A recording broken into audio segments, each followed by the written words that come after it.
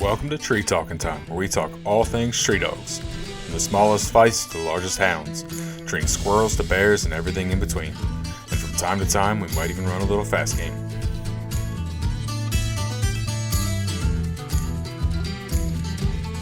Oh yeah, we've been to Spain a few times. Hunting wild boar, we always take a couple of terriers as well. Okay. Generally, What kind of terriers did you have? I had little black terriers. We call them fell terriers, Mhm. kind of similar to a Patterdale type. I thought Patterdales and Fells were the same thing. Yeah, pretty much. The fell is often a more rough coated. They might have a bit of border terrier in them. Okay. They were literally just purpose bred rather than a strict type. Mhm. So they vary a lot, and we got red, black and tan, and black as well. So they were kind of I guess, in between a border and a lakeland and Okay. type. But yeah, very similar origins to Patterdale for sure. Gotcha. So when you would take them to Spain, I'm assuming most of your terriers were used to doing earthwork. How did they transfer? Yeah. To wild Oh boar? yeah, I mean, oh they love it. They transferred just like duck to water. You know, they just love pigs. I don't know what it is with terriers and pigs, but doesn't take them much to get going on pigs. Gotcha. Yeah, we just get them along and get them into it. Okay. You know, once they've seen one or two, they're away hunting them. Mm-hmm. Mm-hmm. Now, would they bay them up or they try to catch them? They basically try and catch them, but Okay. it's essentially they're driving them somewhere. You know, they're not probably going to stop them themselves. Gotcha. A lot of the time, you know, them ball can go for miles and fast. So no, but we'll put the terriers into like a thick cover into some woods and get some people coming in from one side, other people at the other side, and just hope they come through the right way. That's cool. I'd take people with all kinds of dogs, go over to Spain and over to Hungary, and you know, there'd be lurchers, kind of bully greyhound crosses. Yeah. There'd be deerhound crosses. There'd be collie crosses. There'd be things like Alano, Spanish Alano, type mastiff type crosses as well, and just a mishmash of kind of terriers and things like that as well. Generally. So pretty much the same as like here in the United States where we hunt pigs with literally anything and everything? Pretty much, yeah. Yeah. You just use what works, what survives. Now, you just mentioned something about lurchers being... I never understood, and I've never really talked to anybody that ran one, so maybe you can enlighten me. What's the point of crossing the collie in? What does a collie benefit? You know, the right. Bull lurchers make more sense. You're crossing in, you know, that powerful bite and the drive. But I just don't understand the collie. Well, a good collie will have drive and some bite too, but they're not all kind of. There's a lot of collies now that are kind of flighty and maybe even a bit nervy, and they don't really have a lot of grit in some cases. But there's collies as well that do have all that. Hill collies, you know, like old cattle working collies from the north in England. In Scotland they had tough hill collies in the past. There's not many left like that. Gotcha. People have changed to the kind of modern border collie. And those old-fashioned collies, they had plenty of grit. And the good thing about the cross is it would almost disguise a sighthound in it. Okay. In a lot of cases. And those collie types, herding types that were rough-coated, you could, like a bearded collie, a working type. You could cross it and get a rough coat. And it kind of disguise your dog a little bit from looking like a racy kind of hunting dog. Gotcha. A lot of people are under the radar, you know. No, that makes a lot of sense. A bit of meat for dinner.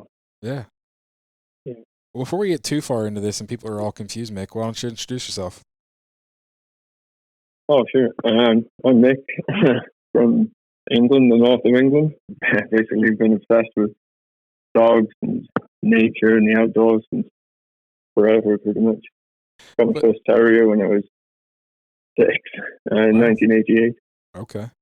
for my granddad, who he he basically bred terriers, lurchers, pigeons, racing pigeons, big Nice. big lost little pigeons, a ferret, you know, A little all bit the of rest of everything. it. He really got me into the breeding side of things.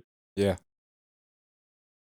Now, the thing I think is really cool is you're from England, but you don't live in England now. You've moved, not stateside. You still moved a little further, too far north, but you moved to this side of the pond. Yeah, yeah, that's right. Yeah, well, met a lovely Canadian lady out at work in Scotland, Okay. and we fell in love, and basically I've been visiting Canada for about 10 years actually. Okay. Um, the first time I came over, it was 2013, and I brought two lurchers with me. Actually, I brought my that was a lurcher and my wire hair, Luna. She came with me, Mm-hmm. and we went from one side of Canada to the other, and we've been saving up our money over in the UK. And eventually, we settled on a place here in Cape Breton Island, Nova Scotia. Okay. So yeah, we've been here since 2017, Nice. and yeah, we love it here. Paradise. I didn't realize you'd been over here that long. Yeah, Wow, yeah. time flies because I remember It's- talking to you before you ever moved over here. So, yeah, for sure. Yeah, way before. so how we kind of got connected was through the leopards, and actually we have your Yeah, female's a half sister to both of my females. So right. that's how we've kind of gotten to know each Yeah, other through the years. on the old leopard breed forum. Yeah. Yep. So, I was on which the I think is Squirrel Dog forum before that too. okay. Which I think is really interesting. You come from UK where you don't have tree dogs at all, and then you came over here and got heavily involved in tree dogs. Yeah, yeah, I took over, and yeah, the way it went, I kind of scoured Canada for the best places. Obviously, BC is an amazing place for housing. Mm-hmm. I feel like bears and lions, and it's beautiful. And Yeah. that's kind of where a lot of Leslie's, my wife's family is as well. So we were almost going that way, but we found this little piece here, and then there's bobcats here. There's not a lot of there's bobcats in places in BC, but Mm-hmm. there's lynx in most of it. Yeah. Uh, and I just got obsessed with bobcats. Once they claw their way in, that's it. Oh, and yeah, no, just enjoy the variety of game here, Mm-hmm. the freedom, the space. Oh, it's amazing. Yeah. Yeah, it was getting difficult for houndsmen back in the old country there. Oh, I'm A sure. lot of laws. Oh yeah. Oh yeah. But Bad. kind of, we've talked, like I said, we've known each other now for quite a few years, and we've messaged through the different various social medias and forums and stuff, and you've kind Yeah. of told me a lot about some of the experiences you've had while you lived over there, and you've hunted all over Europe. Like we just talked about a little bit about Spain, but kind of let's Yeah. just a little brief overview of some of the stuff you did over there before you moved here. Sure. Yeah. Well. Oh well. I mean, I started off like, well, I already had some dogs of my own, and I went to college for a couple of years, and then I think it's about 1999, 2000, I went up to the Scottish Highlands. I was working in deer management up there. It's red deer. It's like it's an open country, Mhm. mountains. There's deer numbers like you wouldn't believe. They've stripped the place bare. It's just, you go out and see a herd of 350 deer, Wow. all stacked. Yeah, it's just so we were basically in a population reduction almost Mm-hmm. kind of strategy, but we also managed for the health of the herd as well. So we were leaving most of the best specimens on the hill, Okay. picking things like bicorns and hummels, stags without horns. Mm-hmm. They're quite rare, but we got a bunch one year. We got about 5. We got 3 in one day. Wow. Stags with no horns. they get really big and they end up breeding with a lot of hinds because the other stags don't really see them as much of a threat. Yeah, that's Um, interesting. yeah. So I started off in deer, and you get a lot of pest control, foxes, and a lot of land management, trying to bring the forest back, the ancient forest in Scotland. So deer reduction was the main part of that as well. Gotcha. And then I went into gamekeeping, basically looking after releasing a lot of pheasants, partridge, and the landowner, the wealthy landowner, and he'd sell days of driven shooting. Okay. So I'd basically just run the operation, the beating team, and make sure they get the birds over them on the day. I did that for years. Is that where you got into the bird dogs? That's when I already had a spaniel that I used for shooting myself because I did a lot of pigeon shooting, crow shooting. So I already had a bird dog, and I got another one in gamekeeping, a cocker spaniel. It was very good. He was a great dog, actually. I had a black cocker spaniel. I could tell you some stories about that dog as well. I see they're kind of making a comeback, at least around here. Right, yeah. Well, going back, say, like the late 1800s, 1900s, early 1900s in the UK, there was a lot more pointing dogs. Okay. But over time, lands got enclosed and roads got busy, and driven shooting became more popular. So the need for a pointing dog was less. They're still used on the moorland, at the open hill, but really the flushing dogs took over and the retrievers. Gotcha. Yeah, and then I left gamekeeping, kind of got made redundant. The estate didn't have that much money, and they changed the way they went, and they turned it into a campsite and a cafe and things like that. So gotcha. I set up as pest controller, and at that time there was horrendous laws. I think it was 2004, 2005. A law came in pretty much trying to ban hunting with dogs. It got difficult.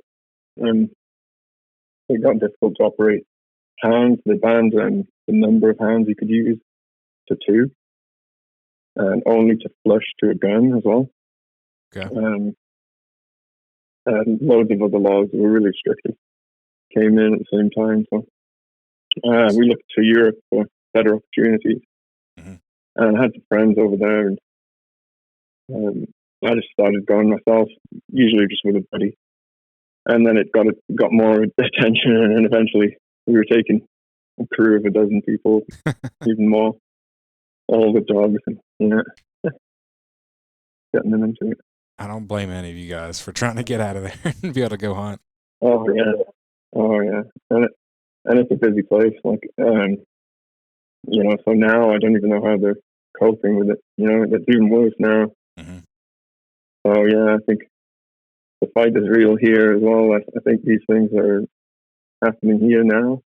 Happened there a while ago. Yeah. And you got to watch out, because I think, I've heard people coin the phrase like a low hanging fruit is the hounds. And yep. It's an easy one to pick off first, and then they'll chip away at everything else after that. Definitely. It's definitely looking at England especially is very important for us over here, because it can show us what can happen very easily if we don't stand together and fight. I think so, yeah, absolutely. Even fishermen, Yeah. Well, yeah, they should all be paying attention to how they're chipping away at things. Definitely. Yeah, it's coming. Yeah. That's for sure. But luckily you got over here where you have a little more freedom and you can run some more stuff. So yeah, definitely. When you came over here, how did that transpire? Like, what made you look for tree dogs? Well, I basically had a wire-haired pointer. I had a few dogs at the time. I had a Catahoula hog dog. It wasn't too bad, but he took a bad one back in Scotland. He got hit. He got shot a little bit at a bay, and he just didn't recover properly mentally from it. Yeah. He was a grouchy dog after that, and I don't know if it, if he'd actually suffered some kind of mental thing, but he just didn't work good, and he was just grouchy after that. So anyway, he's a guard dog on a farm now, and Okay. they love him. So he's got a solid life actually. He was a pretty dog. And I had a wire. Sorry, Ben? I said he was a real pretty dog. Oh yeah, he was a good looking dog. Yeah, well built, fast. Yeah, he could trail, and he was wide open trailer as well. Okay. Yeah, he was a good dog. But the wire I had hunted with him. Well, she taught him pretty much, and she already treated squirrels in the UK. Okay. We did a lot of varmint hunting, foxes and rats, even rabbits, all kinds of things. And she took the game over here, no problem. And she'd already been to Ontario, and BC, and she'd actually been out to Alaska as well. And she's seen bears, and she's trained squirrels. She's a good bird dog too, but she took the coon, no problem. And she'd tree good, she'd tree good. So I just thought, well, this is working out. So, but then I really had the bobcat on my mind, and the leopards. I'd been looking into all the tree dogs, on the forums, the walkers and the blue ticks and everything. Yeah. Trying to decide kind of what would suit me. My experience of hounds had been basically foxhounds, packs of foxhounds. A bit like when you went to see the hunt in Maryland. Yep. Kind of similar to that. So, my experiences with running dogs, and I just thought the curs really appealed to me. Being a kind of lurcher man, terrier man. Yeah. That kind of dog just kind of really, really appealed to me. The purpose-driven or purpose-bred dog, not a paper-bred dog. Sure, yeah. So yeah, I kind of veered towards the curs. Got more reading done and more research done, and I kind of gravitated towards the leopards eventually. And I think I did a pretty good choice for myself, like a person. On a personal level, I could prefer in a dog. So I've been really happy with the leopards that I had. Out of curiosity, did you pick your female? You call her Ruby, right? Ruby, yeah. Did you pick Ruby because she looked like your Catahoula? Brandon chose her for me. Okay. And he just sent me. He picked for me, and he just sent me here. That's funny. Just because they look so similar. Yeah, they do. Yeah. No, it was nothing to do with that. It was just look at the draw. I guess. Yeah. No, she turns into a good dog. Yeah, she's a good tree dog. She's accurate. She's a fast track dog. She's got a nice mouth. And this was all new to me when I got my first leopard Dougal. The mouth on the changeover that you get, they'll make a strike, kind of a yodel, and they'll get going on the track. And then, when they locate the tree as well, and then they chop on the tree, and all of that was just great to me. And I like how they run the track. They run to catch, Yeah. They're going, they're giving it, and they really want that catch. So I like that about them. They can drift, and they can run, and they can still do an old track too. Yeah. So we're gonna switch gears a little bit, and we're gonna start talking about this crossbreeding program that you got. So you got a leopard, you like some tree dogs, and then all of a sudden you went crazy and you started this awesome breeding program that we're gonna dive into now, because this is the whole point of this conversation. Because I want to dig into this breeding program you've got started. Where did it start? Oh, when did it start? Well, I guess it started with this wire hair that I had, and I have a female pup out of it. It's a pure wire hair too, and they both tree really good. I've never really seen a proper bird dog, just kind of a full bird dog kind of tree this good. So Mm-hmm. I thought I had something in that, the traits that I needed, but they don't. They're pretty much silent on track for the most part, and they make a little noise at the tree, but it's squally, not much to hear sometimes. Um, and they'll stay at the tree, but if they're in a ravine, you won't hear them. And if they're away over the mountain, they're gone. You don't hear a thing. Gotcha. So the way I could improve, and COVID came kind of after the start of it, and I really wanted to get another leopard, and that put a halt to all that, traveling with dogs. And Mm-hmm. I just thought, well, I got to build my pack from what I've got. So I was looking for the best dog. I literally went all around the province, all around the Maritimes. I was visiting dressage. I didn't find one of them that was even a remotely good track dog, really. To be fair. They are out there, but they're hard to find around here, for Yeah. sure. So I was looking at Walker dogs, I was looking at blue tick dogs, and I ended up finding a line of plots that's bred out here on Prince Edward Island, and just quite a good guy that had that going. Jody Harper over on PEI, and he hunts yotes, coyotes mainly.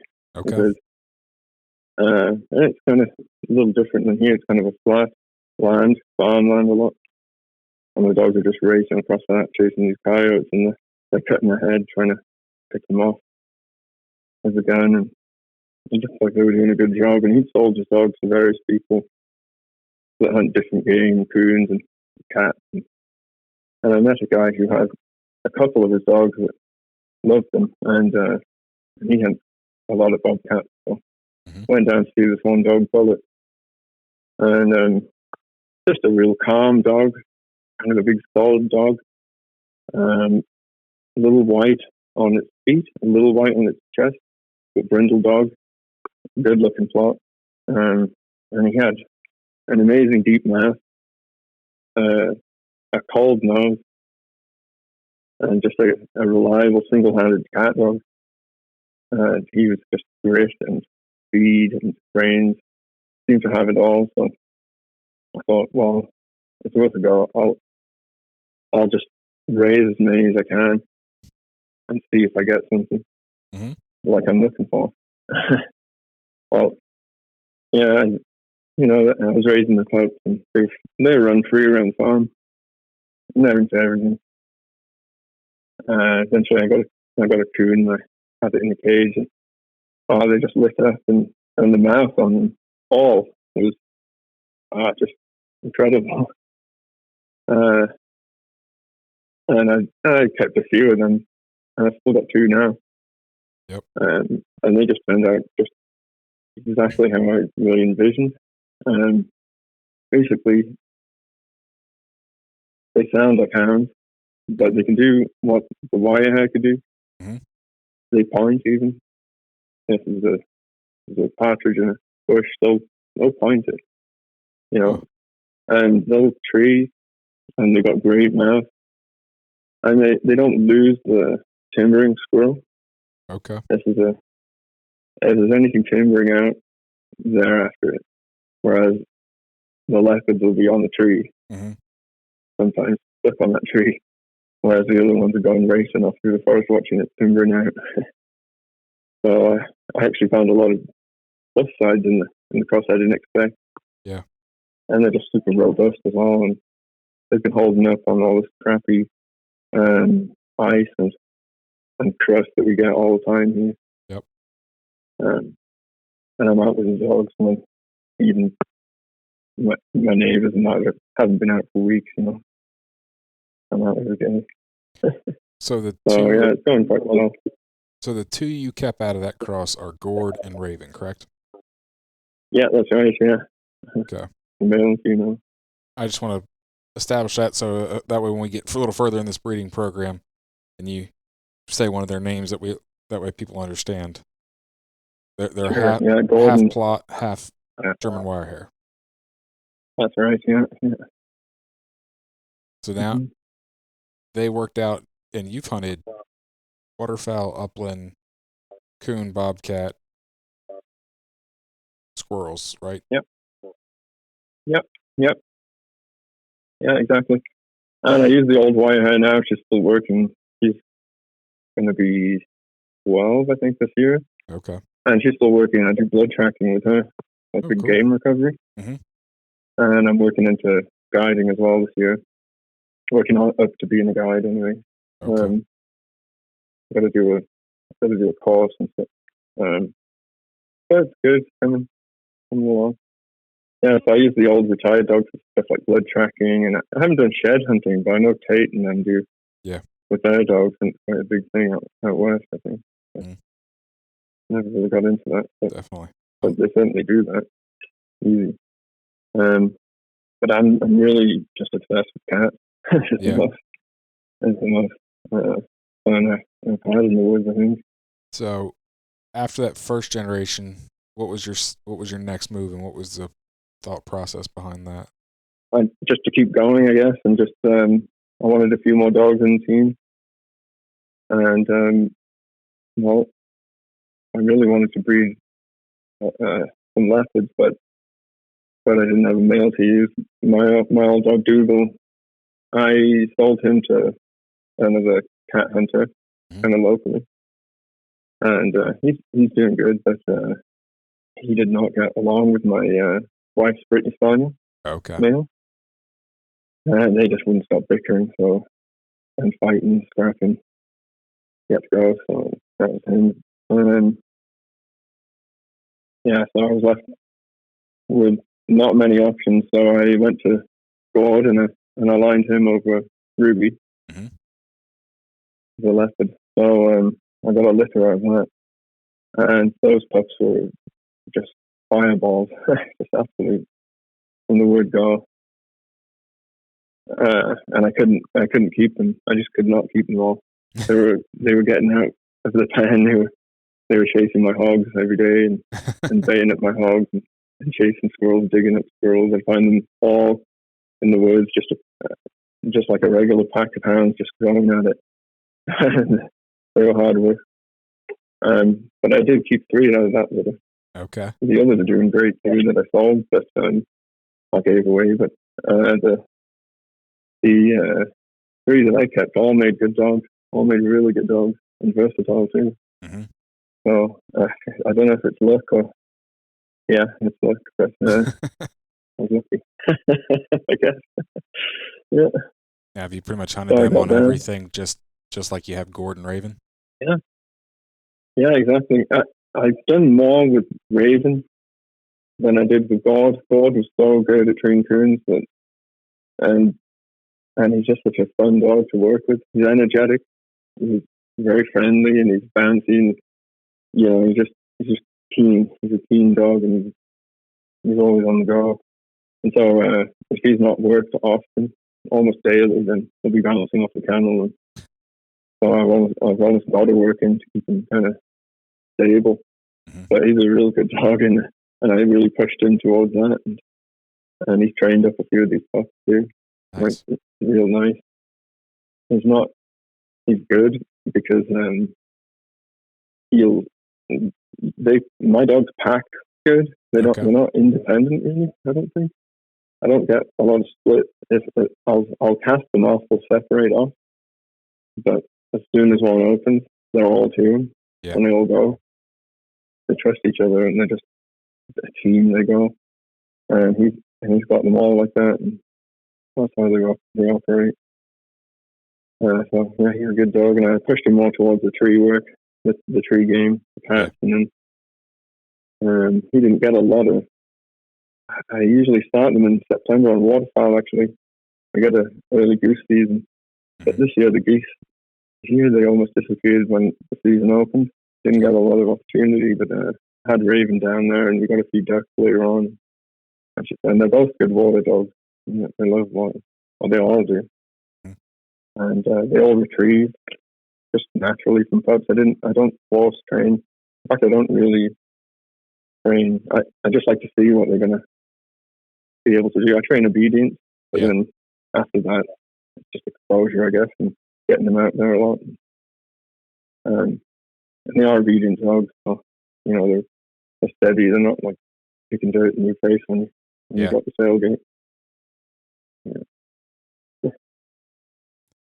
that's yeah. I've So at been least like I the said, three that I kept out of that. I'm sorry. as soon as you started posting pictures of your first litter, I've been very interested in the crosses that you've made, and I think it's really interesting. And I find I find versatile dogs in general very fascinating, and that's one of the things that's always drawn me. Yeah, The old style cur dogs is dogs that could tree coon, tree squirrel, work your cows, guard your homestead. That whole exactly. Yeller style dog, Yeah, and then you yeah, cross the bird dog in there, and then you're hunting upland birds and you're hunting waterfowl, plus you're hunting tree game. And I just think it's really sure. interesting. Yeah, I'm all about the versatility, and if I can keep a rounded, versatile dog with all them traits going, I will. But Hmm. time will tell, I guess. Yeah. If anything starts to, slip away, or I guess it'll just take, if you don't use it, you might lose it, Hmm. sort of thing. So if I get them into versatile homes, then they'll have a chance to prove their worth in different aspects of hunting. Yeah. But I think they've got the traits there. So if I can, if they keep like perpetuating themselves, then I'll keep going. Now, have any of the pups that you've had that you didn't keep, have they went on to do anything other than what you are raising yours to do? Some have gone on to just be almost straight upland dogs, or there's one or two that are he just hunts ducks, or Okay. and they've done them proud. So apart from that, they're treeing coons and squirrels and cats and the regular kind of treeing dog work. Nice. But yeah, a few of them gone to almost purely bird jobs, Hmm. and they're doing great. Yeah. Very cool. So, how old is the second litter that you had? Um, that they're probably only they're probably not even 3 now. Okay. I figured they were like 2-ish. Yeah, mhm. And you Yeah, I had think they'll be coming up 3 at some point. Gotcha. Now, you had Yeah. what were the 3 that you kept out of that litter?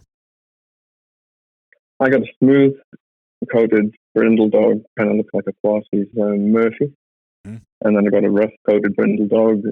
I call him Ferguson, and I've got a rough coated brindle female, I call Gooseberry, Okay. and yeah, And I'm happy with them all. But both Gord and Raven are rough coated, right? yes, not overly rough, but Yeah. they have a wiriness to them for sure. Hmm. Now, if you don't want to talk about your most recent cross, we won't. But if you want to, we can. Oh, sure, I don't mind. So you crossed Fergus with Raven, correct? I did. Actually, I had another little sneaky one in between. Oh, I Um, missed that one. yeah, I had a little sneaky litter out of. I got a spinal litter out of Lou when she was 9, Okay. and that was to Fergus as well when he was. No, she must have been. No, she must have been 10, and Fergus was young. True. I thought this is the last little chance I get. Fergus had done a lot, by the way. He'd done a lot. I wasn't thinking he wasn't going to make it or anything like that, Hmm. but um, but it worked out, and I kept a female out of that, and he's young still, but she's keeping it real nice. Yeah, Okay. What do you call her? I call her I call her Tubbs. Okay. Yeah. Dadgum, hiding that one on me. I didn't even know about that. Yeah, Yeah, it was a now or never type situation, and No, it makes sense. well, it worked out. It worked out. I would never really breed a dog over 9. Really, I don't breed a lot out of a female. Hmm. If I do breed them, it's every other year. Or, I, I really, I really just like hunting. I Yeah. don't, you know. So yeah, well, it was just a now and never situation. I thought, well, I'll regret it if I don't do it. I'll regret it forever if I don't do it. Hmm. And it's a little bit of line breeding starting there. So Yeah. because Fergus is essentially Luna's grandson. So, Yeah. yeah, yeah, yeah. No, I'm really happy with that. And yeah, the new litter. Well, that's Ferguson Raven. Yeah, Yep. and I got 16 puppies. I know. I was counting. I'm like, and that's kind of what I was thinking. I was thinking 15 or 16. I was trying to count heads, but they're a Yeah, little difficult in that pile. right. At that time, I didn't even know how many there were. I kind of when I got the first pictures, I didn't count them. I just had a look, and they looked good, and I just left her to it for a day, and then went back in, and I changed the blanket and things, and there was 16 of them. I couldn't believe it. Jeez. Yeah, still doing good. Still has all of them? Yeah, still have all of them. I Yeah, mean, it's only been a couple days since we started recording this that she's had them, but still, that's impressive. yeah, yeah.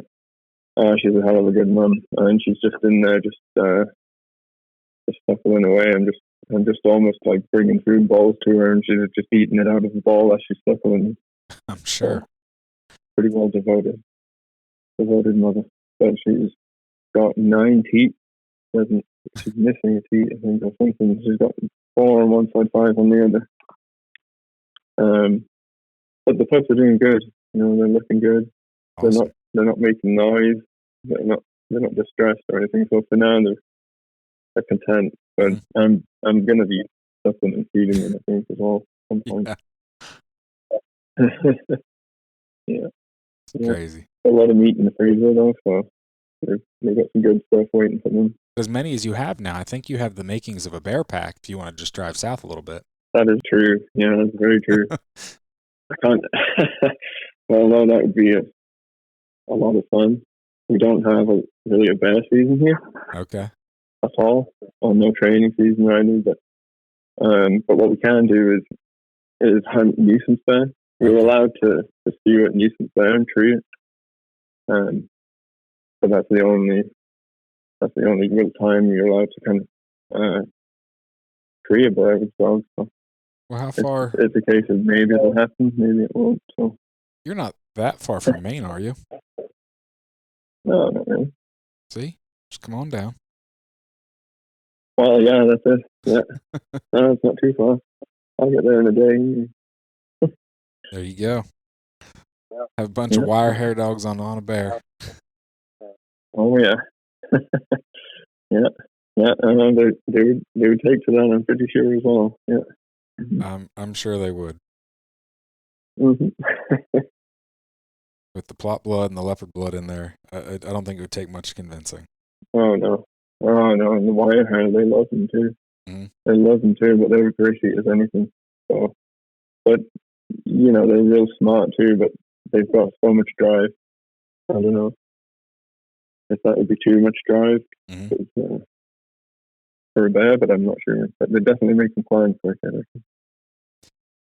And if you didn't have enough dogs already, aren't you getting a dog, or you're crossing to a dog, or what's the situation with that Oh, from out, oh, from out west? from out west, right? Well, Tate, Yeah. and his friend Miles, he's over in Oregon. Mm-hmm. They've got the other batch going. So Miles had a Dratar, Yep. a different line from North America, somewhere from the States, and real good dog. And, he was using it with his dogs to catch cats, and he crossed her onto a Huckleberry dog, Mm-hmm. and had a litter and distributed them out to hunters. And Tate kept one, and I'm sure you've heard a bit about hets and the Yep. traits. So, And for the listeners, Huckleberry's a leopard. yeah, he's a full leopard out of Nicker Island. And actually, that dog was talked about in a podcast not too long ago. Hang on, let me look at my calendar here. So the podcast that came out at the end of February, on February 28th, he was talked about Right. on that podcast. So if somebody wants to go back and dig a little bit. Yeah. Well, they've got it good out there as well, out west, for the cat. Good country. Lots of cats. So are you going to cross to one of them? Or are you getting one of them? So we're basically swapping semen from our dogs there, from our best dogs. So that's all we're really doing, and hoping that we can. Miles has also made a couple of line breedings since the initial cross as well. He's finding things are going pretty good too. So nice. You know, if these lines pan out, then we'll have something to cross between. Yeah. That could potentially work quite well for longevity. Of the type of dog that we've got there. So yeah, so we'll see. I'm really excited to see where this goes, and I think it's pretty cool that the cross has worked for you, and it's also worked for somebody literally on the other side of the continent. And to see how, I think it'll be cool to see in the future, once you guys cross your lines, to see how those turn out.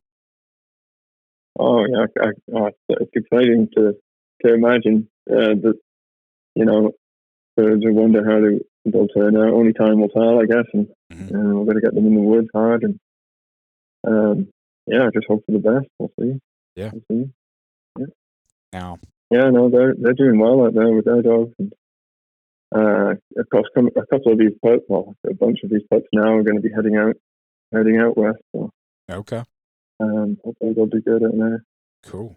Hopefully they'll be able to keep up with Tate's hets and dogs there. Yeah.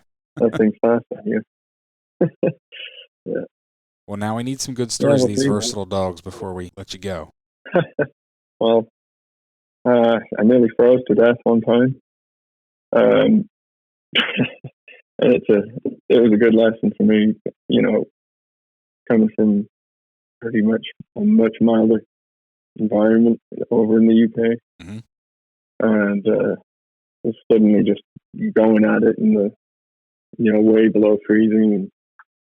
And actually on this hunt, it wasn't that cold. I think it was minus. We deal in centigrade here, -10. So I don't know what that would be in your temperature, but anyway, it was a bit below freezing anyway. Yeah. And we didn't find a cat on the hill, but I decided to drop them in a couple of thickets on the way home. And I went around the edge of these blueberry fields, and the dogs filtered off into a spruce thicket. And all of a sudden, Ruby lights up with a loud yodel, and they all hawk in, and they get away, and they're flying away.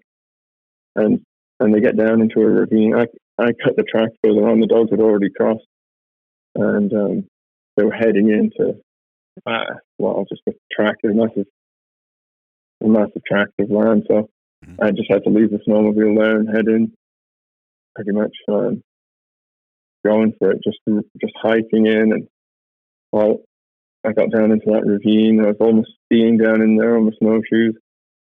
The snow was so deep, and the dogs were hung up on a log crossing. The cat had gone over the brook on a high log that was hung up, and the brook below was kind of in almost like a ravine in cliffs, almost with rock. And they didn't want to cross there, so I had to go down ways and get the dogs over and come back, pick up the track, and send them on again. We got on again and into another drainage over the hill, and by that time I was soaking wet and sweat and didn't have any water. I was drinking out of streams and things. And eventually we got the cat into a hole. He ended up in rock. I think he'd been there all day anyway.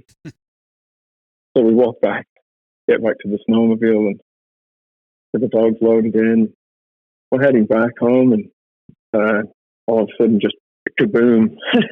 The snowmobile, the drive belt snaps on it, and it's revving and revving. And the only way I could shut her down was to pull the choke. I turned the key off, kept revving with full throttle, and I was just I pulled the choke, and it drowned it out eventually. And well, I was lucky I had a spare belt under the seat, so my hands at this point were going cold. I'm sure. And they were pretty much useless. And I was trying to get the belt on, and I got it on, and I got going again. And the cold air coming through my clothes, I was freezing. I was just freezing coming down off that hill. And I made it back. I actually got some frostbite on my nose, and I was on the door of hypothermia real bad, I think. I'd imagine I so. just made it home in time. I learned a couple of good lessons there. Yeah. Scary stuff, that's for sure. Well, yeah, it shook me up a little bit, but just how close I could have been to not making it home at that point, and just being caught out without some essentials that I should have definitely had with me, like a change of clothes, or I totally changed the way I wore things. I started wearing, your merino wool base layers, and breathable stuff that cotton gets wet and gets cold, and kill you. Yeah. So so changed her up and adapted just in time, I think. Yeah, that was a close one. Yeah, sounds like it. There's a few days, there's a lot of days like that where you're just defeated, Mm-hmm. You just, you just hiked your butt off, and you just come home, just defeated a lot. In the early days, not so bad now. Yeah. So if there's anyone setting out on the trail that I was, and you're starting with some bobcat dogs, and you're struggling, well, keep at it. Just keep at it. You're getting there. Now it kind of reminds me of Nicholas Isaac, who was on. He wrote a book called Cat Dog Chronicles, and he has a very similar story in his book. So bobcat hunting is not for the faint of heart. Yeah, that's true. Yeah, it's exciting. I mean, there's some places where you could make it a lot easier. There's a lot of roads crossing. Mm-hmm. You can almost keep up in the truck and then just walk into the tree. It wouldn't be too bad. But in this kind of hilly terrain, not many roads, you can only get so far. And a lot of the time, you put the dogs off on a track, and you're just the only way in is just to go in there as well. Yeah. There's no way around, Mm-hmm. A lot of legwork. Definitely. But I have areas that are easier. I just choose to make it hard for myself for some reason. I don't know. Well, if anybody that wants to keep up with you, you've been writing an article for Full Cry now for a couple months. Yeah, sure. Yeah. I got a little article in Full Cry, just a blog, really. Yeah. For my own amusement more than anything, but it kind of lays it out what I did, and we'll see what happens, see which way it goes, and hopefully I can keep it going. But yeah, I'll keep that going. And the next article is going to be about the guys out west. Okay. Yeah. Very cool. I look forward to reading it. Awesome. Yeah. Well, thanks for having me on, Ben. Thank you. You can find me on Facebook and Instagram at Tree Talking Media. And until next time, keep them talking in the timber.